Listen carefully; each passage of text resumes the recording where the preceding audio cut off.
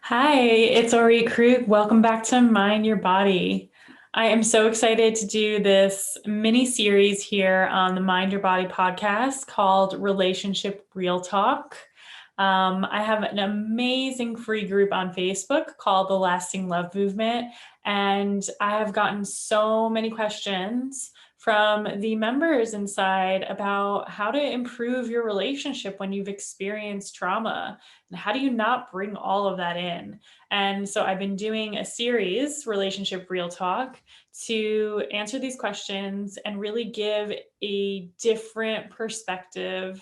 One that really helps us come from the body's wisdom, that helps us stop talking and thinking in circles about the past and even the problems that it's creating in our relationships in the present, and really what we need to do to start creating a change. So you'll see these episodes coming from me for the next several episodes. So yeah, if it resonates with you, if this is something you've been struggling with, relationship stuff, due to past trauma, then you are going to love this mini series. Enjoy. This is Mind Your Body, a dance movement therapy perspective on the integration of our emotional, cognitive, physical, and spiritual aspects of our being into one more aware and whole existence. All right, so today we are talking about how to actually deal with triggers in your relationship without sabotaging the amazing connection with your partner. And I'm not going to be here and say, all right, just breathe, take a moment, and then respond, right? Because if that worked, it would have worked already.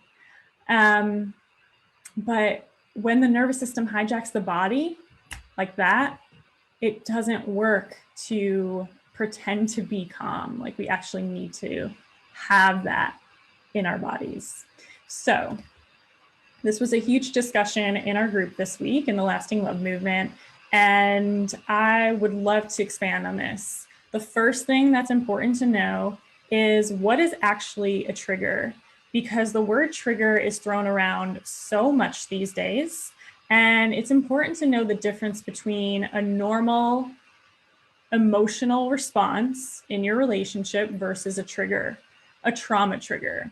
So when you are being triggered by an old trauma memory, when your partner, okay, let's say your partner asks you 7 times in the same week where the cooking spoon is, and a normal feeling, a normal response would be, wow, that's really, really annoying. Like, I wish you would just know where the spoon is and just remember so you don't have to ask me a bunch of times.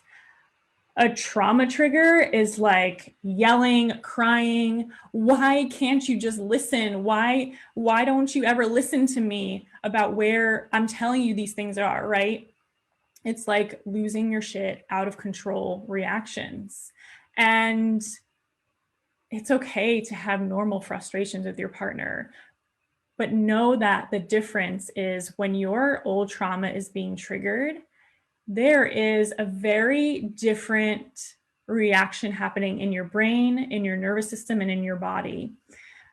Your hippocampus cannot distinguish the past and the present when you have old trauma stored in your body, meaning when your partner has asked you for this wooden spoon for the 8th time in 2 days, your brain can't distinguish that this is not the same thing as growing up with parents who never respected your emotional needs. They never saw you. They never met you in your needs. They never heard you when you expressed yourself. And so now that your partner isn't listening to where this thing is in the kitchen, you are brought right back to that moment of like, no one ever listens to me. No one cares. No one loves me, right? And it's this spiral that is triggered, that intensity, that bringing right back to those moments of your trauma. That is what a real trigger is. And so it's not helpful to say, hey, just breathe it out and do something different.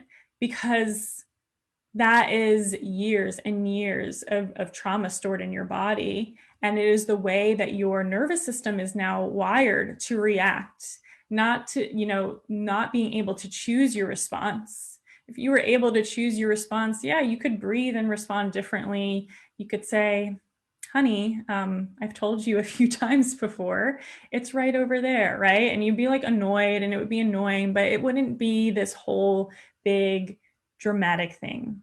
And so that is the first piece of like, what is a trigger?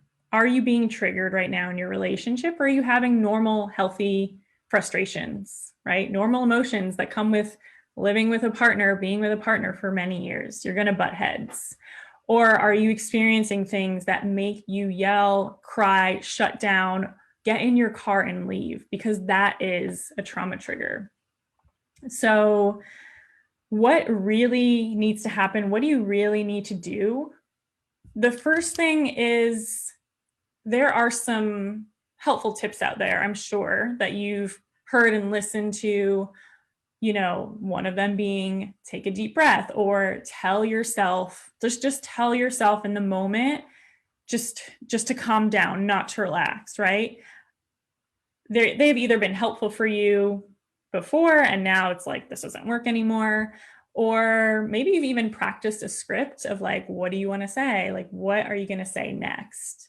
And whether they've worked or not, these are just temporary solutions because your nervous system is so wired to react that just a temporary band-aid, like taking a deep breath or practicing a script, one, it doesn't create a long-lasting solution so that you are trying so hard every single time you're triggered to not be triggered, basically.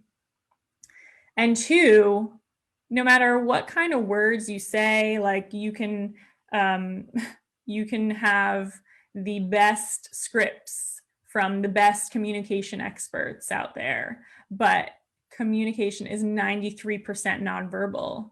UCLA founded this psychological research that shows us 93% of our communication is nonverbal. So no matter what words you say, if you are crumbling on the inside, if you are kind of dying on the inside, even if you've managed to somehow like keep your composure and all of that, like your partner will feel that. Your partner will dysregulate right along with you. If you're reacting like there's a bear in the room, then they're going to either react in that fight response too, or they're going to shut down or they're going to run away. Like your survival response is going to trigger theirs. And that's why couples get into years of unhealthy communication patterns because they're just constantly triggering each other. And we can't even remember where the hell that started. So it is not helpful to put a Band-Aid on this. It's not helpful to try these coping strategies, right? It's helpful to try it out. Like you can try it out, but it's not going to create the lasting change of having a true sense of inner peace, of calmness in your nervous system, that even when there are triggers in your relationship, and there will be because you have experienced past trauma, that it's still like, you're still just really calm, cool, and regulated. You have some normal frustrations with your partner, but you can choose the way you want to respond. That is the solution. That is the long-lasting solution. Rewiring your nervous system to, my client just messaged me this morning with an amazing story of how things have just totally shifted in her relationship. She had said that they had a conversation about money that would normally just blow up so fast. He would yell, he would shut down. She would be like, you need to go get a job, or like, done, I'm not having this conversation. And it would be very ugly. And she was describing to me that she was able to really be present and listen and make suggestions. And he respected them and asked her questions and was like, so do you think that I should talk to this person and get advice? And And she was like, I can't believe it. Like, we actually had a conversation. I was actually present. I was able to like be graceful in this and just be calm, where normally I would just totally shut down or give an ultimatum. And so that is what it is. It's being able to choose your response. She'd said, I felt the impulse to give that ultimatum of like, get a job or we're done with this discussion, but I didn't go with it. And that is the difference of handling, not even handling, but flowing through the triggers or the frustrations in your relationship. You still feel them. You're still a normal human being with a normal range of emotions, and that's good, but you don't react anymore. And so that is the solution. And we need to stop pretending that a breathing exercise or a certain movement pose even is going to solve all of that. This requires rewiring your nervous system and releasing that old trauma in a safe, supported, therapeutic relationship where you can truly feel the fear coming up in your body and move through it. You can feel that impulse response to react, but it doesn't hijack you. And that is actually exactly what I offer in my Let Love In program. And if you would like to know the details of how my Let Love In program can heal your trauma that is making you push your partner away right now, so that you can fully step in and soften into the most amazing version of yourself, then I would love to share that with you. I will give you all the details up front of what it includes and all of that. Just send me a message to let me know that you would be interested in applying, and I will share everything with you.